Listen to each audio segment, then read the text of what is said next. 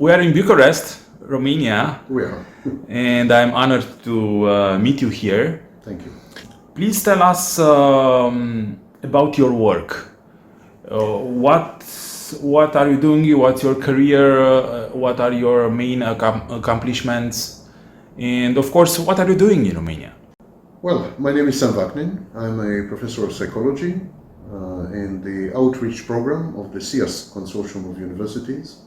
It's known as CIAPS, Center for International Advanced Professional Studies. And I'm a professor of psychology and professor of finance in several universities in several countries. Until recently, actually, in Russia as well. I resigned my position in view of the invasion of Ukraine. But I used to teach her. I taught there for 6 years. I got to know the people, I got to know the environment, I met oligarchs, I met political leaders, and so on and so forth. And while I deeply liked the people, I grew very alarmed with what was happening among the elites. The elites were being radicalized, nationalized, they lost touch with reality, they became delusional, they became more and more religious in the bad sense of the word. And so I really grew very alarmed. In the past 2 years, I taught only online, only distance learning, because I really was very worried about what's happening there. And in Romania?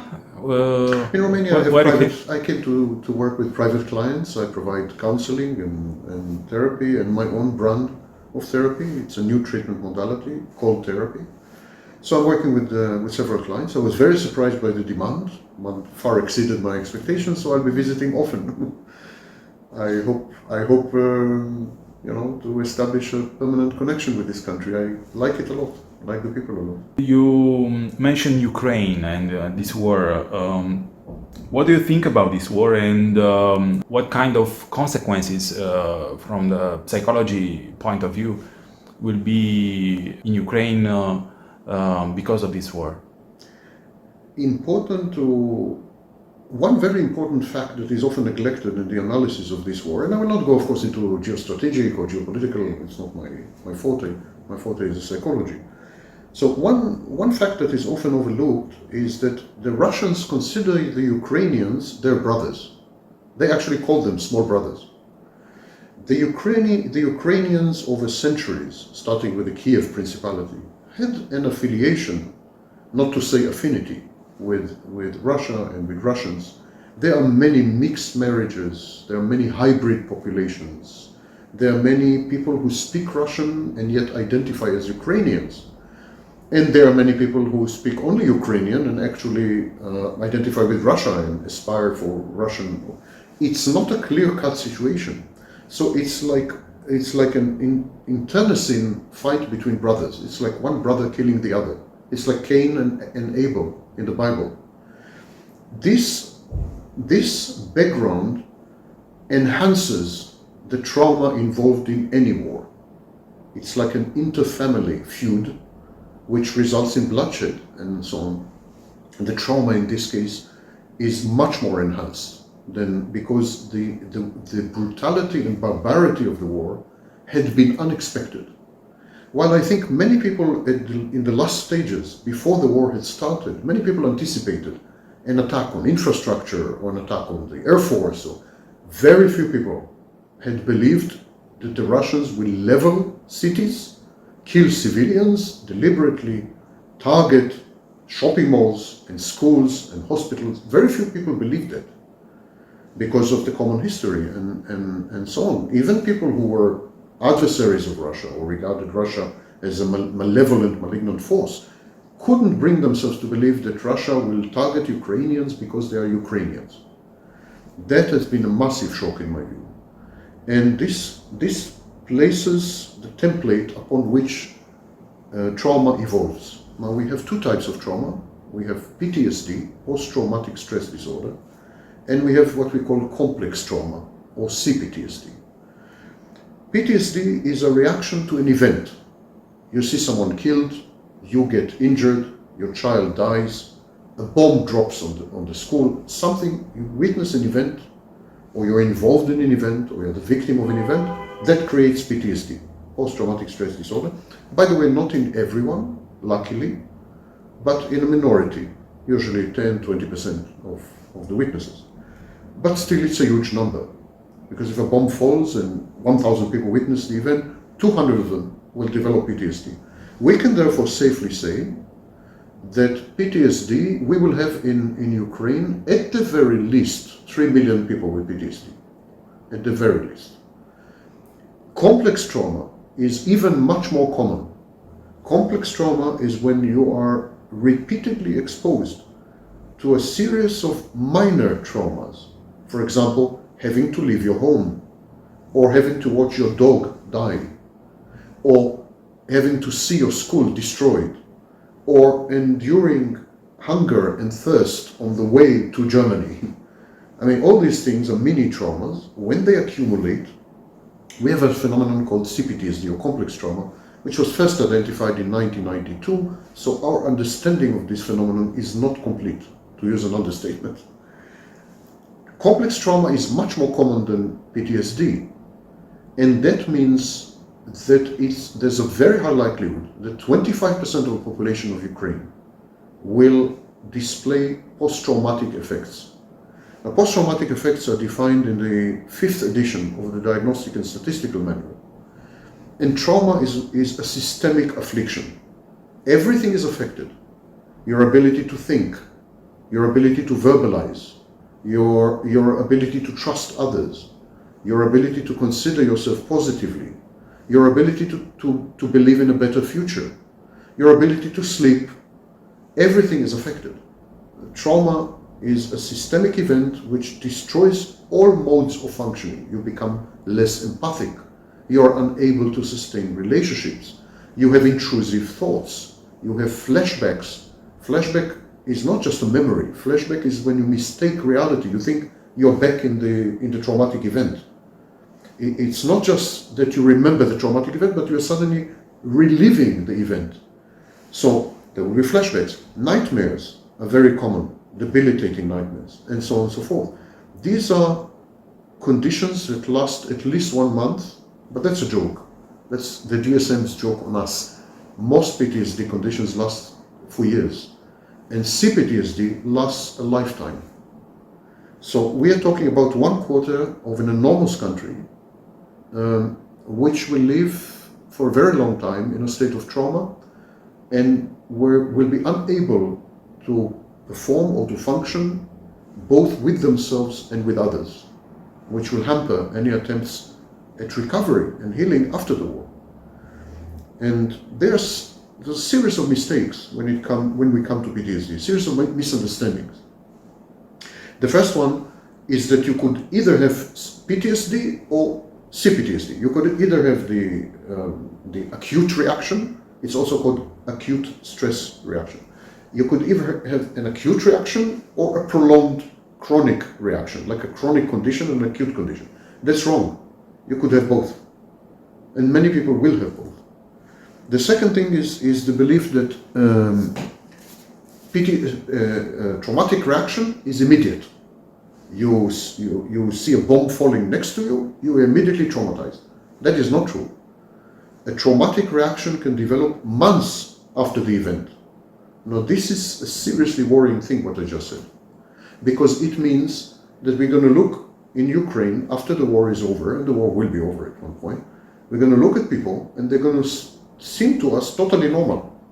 And we are not going to treat them because they don't present any symptoms and any signs, and and then suddenly, a few months later, they will go berserk, they will disintegrate, they will fall apart, and they may even harm other people. So it's like an insidious, slow-acting poison, which can erupt months later in people where we have no indication that it's at work. This is the second mistake. The third mistake is that we think that trauma is universal. Like, as I said, if 1,000 people are exposed to to a traumatic event, like a bomb falling or someone killed or whatever, then all 1,000 will have some kind of trauma. Small trauma, big trauma. That's not true, luckily. In this group of people, there will be traumatized people. Some of them will have PTSD. Some of them will have lesser traumatic reactions. But there's a big group of people who will remain untouched. These are resilience leaders. What we need to do is to use or leverage these people who are untouched to help sustain, support, recover, and heal those who are touched. Now, what I've just said is a bit unorthodox because it's a different approach to healing trauma. It's instead of sending people with trauma to a clinician, to a therapist, to a psychiatrist, to a psychologist, we are actually sending people with trauma to other people who shared the same event, the same experience, but were not affected by trauma. And we believe that's a much more effective strategy. Also much more doable in Ukraine, because how many therapists and psychiatrists can you have in a country? There's a limit.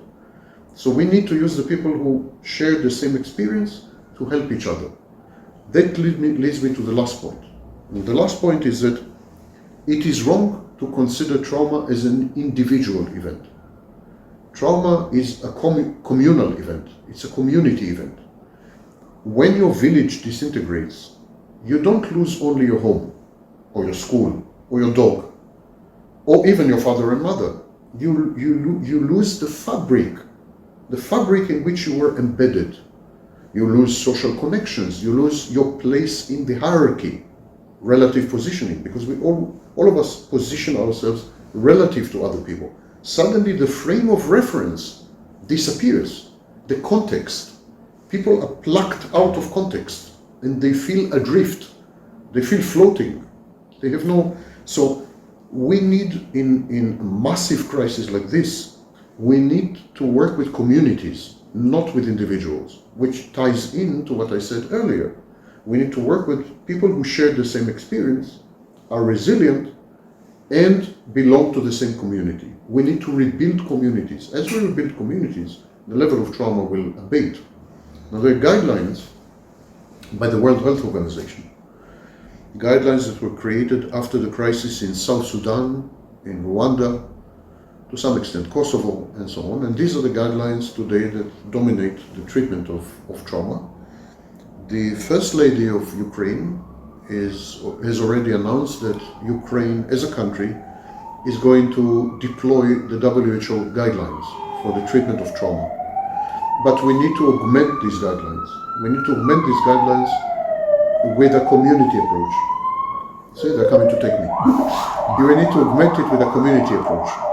Because if you heal the individual's trauma, but you don't provide the individual with a refurbished and renewed context, the individual will relapse. There will be remission and then relapse. And so this is the challenge that faces Ukraine. Now there's a question of budgets. There's a question of allocation of resources. Yeah. How you and other experts can help Ukraine to recover at least? I personally made myself available, of course, free of charge. Yes, I made myself available fully, as long as it takes, to help to train local mental health practitioners in Ukraine to treat people. But this is less than a drop in two oceans. We need to establish a Peace Corps, the equivalent of a Peace Corps, of mental health experts from all over the world. Israeli mental health experts are very good with trauma. Some American mental health experts. Mental health experts from Asia and from Africa, where such disasters are very common, and so on and so forth. And we need to mobilize all these thousands and tens of thousands of mental health practitioners and so on. And they need to rotate, to serve in Ukraine, to rotate a month a year, I don't know, a week a month, whatever it is. It's like, when there was the Spanish Civil War, there was the International Legion. We need such a thing, but of mental health practitioners. The problem with Ukraine is that the devastation of the infrastructure physical infrastructure, is such that the absorption capacity of the country is extremely limited. Even if tomorrow we were to mobilize, let's say, 10,000 mental health experts, where do you lodge them? How do you transport them? Where can they work? And so on and so forth. So we need to reconceive of how to administer therapy in case of trauma. First thing, we need to go to the field. We need to have mobile units. simply mobile units, vans with 2-3 psychiatrists to travel to all the villages and so on.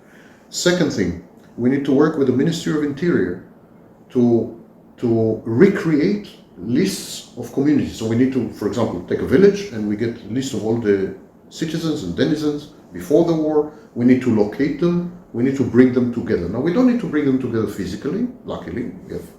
So we can create virtual communities, digital communities, put together. So there's 20 Ukrainians in Germany, 40 in Poland, 30 in Romania, and so on. All of them belong to the same village. We bring all of them together in a global online digital village. And they have somehow to interact with each Yes. other and to speak. Of course, that's the idea. Yeah. The idea that this village is recreated online, because at this stage, it's impractical to think that. And to share somehow their feelings, their thoughts, their losses, their. Some of them will be traumatized, some of them will not. And the ones who are not traumatized will support the ones who are traumatized with the mediation of mental health practitioners. A mental health practitioner will be like moderator or supervisor. So this would leverage, each mental health practitioner will be able to cope with 5,000 people, 10,000 people, because he will have many helpers. These helpers will be members of these digital communities. We have to use everything, technology, everything. The restoration of the infrastructure in Ukraine, judging by, for example, what happened to Nazi Germany after the war, it's the same level of devastation, by the way. I don't need to tell you. The restoration will take something like 15 years. Something like 15 years. So we can't wait for 15 years. We can't wait. For example, the rate of suicide among people with PTSD is 11%. 11%? Yes. If we are talking about, at the very least, 3 million people, if we don't hurry, 500,000 of them will commit suicide.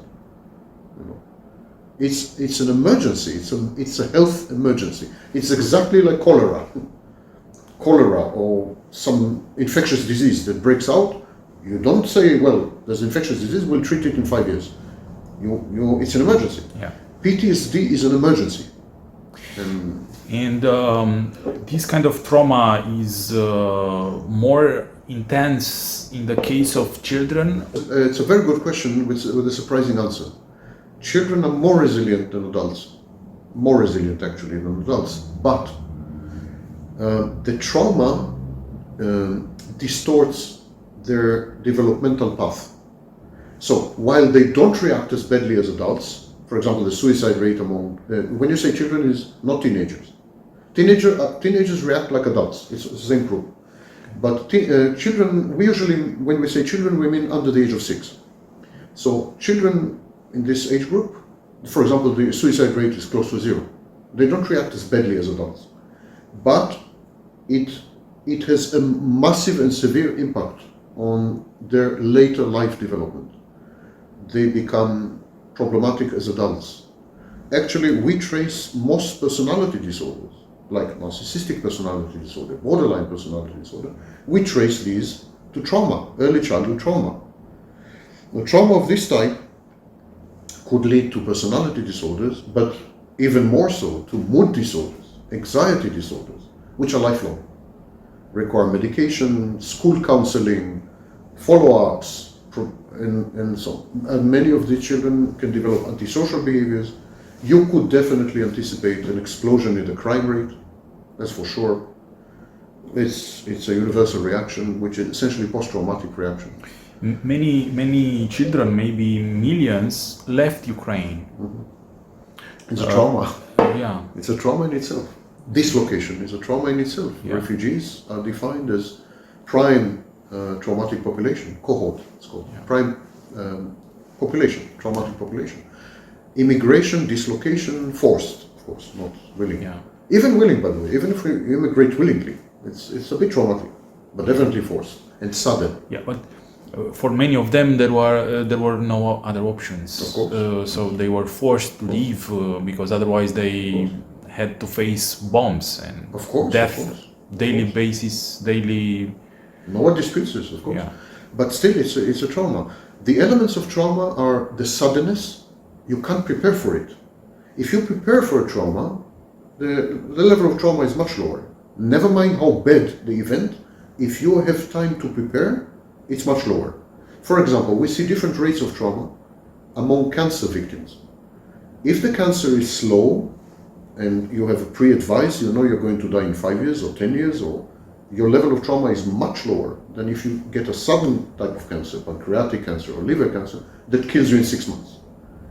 The inability to prepare, so the suddenness, the abruptness, and the dislocation are very traumatic in themselves.